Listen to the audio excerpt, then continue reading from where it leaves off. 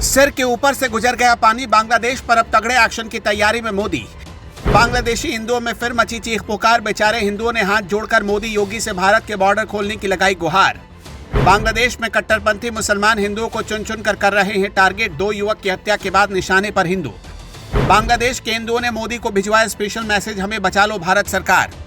बांग्लादेश ने भारत पर एक बड़ा आरोप फिर से लगाना शुरू कर दिया है और ये बांग्लादेश का अपना एजेंडा है जिसका एक सीधा इरादा है भारत को बदनाम करना। अब बांग्लादेश की मेट्रोपॉलिटन पुलिस ने खुलासा किया है कि मेघालय के रास्ते भारत में उस्मान हादी के हत्यारे फैसल करीम मसूद और आलमगीर शेख घुस आए हैं। इसकी आशंका भारत को बहुत पहले से थी क्योंकि भारत को पता था बांग्लादेश किसकी गोद में बैठकर इन दिनों उछल रहा है। खैर, अब बांग्लादेश में जो कुछ हो रहा है वो मोदी सरकार को चुप बैठने नहीं देगा। बांग्लादेश की धरती एक बार फिर निर्दोष हिंदुओं के रक्त से लाल हो रही है। वहाँ का अल्पसंख्यक हिंदू समाज भय, हताशा और आतंक के साए में जीने को मजबूर है। कट्टरपंथियों की भीड़ तंत्र द्वारा दीपू चंद्रदास और अमृत मंडल की नृशंस हत्या कर दी गई और पूरे समाज की इसने रूह कपा कर रख दी।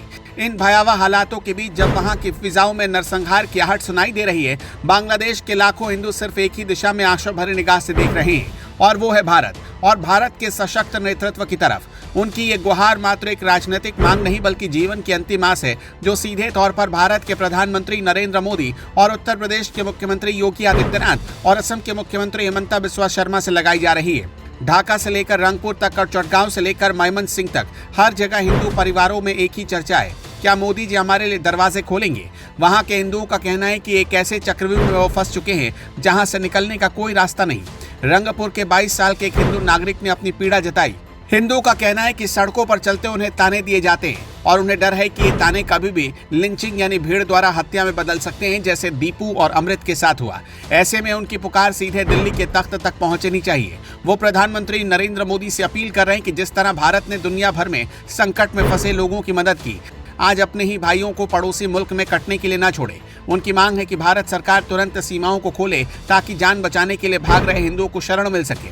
बांग्लादेशी हिंदुओं के मन में भारतीय नेतृत्व, विशेषकर हिंदुत्व के प्रखर प्रहरी माने जाने वाले नेताओं के प्रति एक विशेष उम्मीद है। वो योगी आदित्यनाथ की सख्त छवि और हिंदुओं के प्रति उनकी संवेदनशीलता को जानते हैं। दबी जुबान में वहां का समाज कह रहा है, काश कोई योगी जैसा ही रक्षक हमारे पास होता। वो योगी आदित्यनाथ से गुहार लगा रहे हैं कि वो हमारी आवाज बुलंद करें और केंद्र सरकार पर दबाव बनाए कि सीमाओं पर ढिलाई दी जाए। इसी तरह असम के मुख्यमंत्री हिमंता बिस्वा शर्मा, जो बांग्लादेश की सीमा से सटे राज्य का नेतृत्व करते हैं, उनसे भी वहां के हिंदू करबद्ध प्रार्थना कर रहे हैं। असम और बांग्लादेश की भौगोलिक निकटता के कारण हिमंता बिस्वा शर्मा की भूमिका उनके लिए जीवनदायिनी हो सकती है।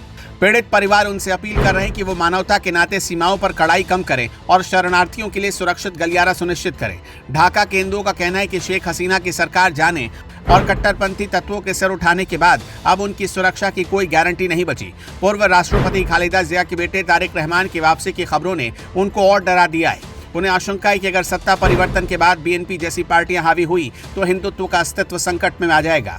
सनातन जागरण मंच के कार्यकर्ताओं ने चेतावनी दी कि वो एक सुनियोजित नरसंहार की तरफ बढ़ रहे हैं और अगर भारत ने अभी हाथ नहीं बढ़ाया तो इतिहास उन्हें कभी माफ नहीं करेगा।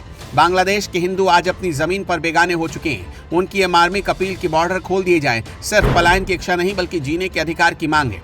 वो मोदी, योगी और हिमंता बिस्वा शर्मा को अपने रक्षक के रूप में देख रहे हैं। उनकी आंखों में एक ही सवाल है, क्या भारत का सशक्त हिंदू नेतृत्व उनकी चीखें सुनेगा या उन्हें कट्टरपंथियों की भीड़ के हवाले कर दिया जाएगा? बॉर्डर खुलने का मतलब उनके लिए सिर्फ जमीन का एक टुकड़ा नहीं बल्कि जीवन की नई सांस होगी। आपका क्या मानना है, हमें कमेंट में जरूर बताइएगा।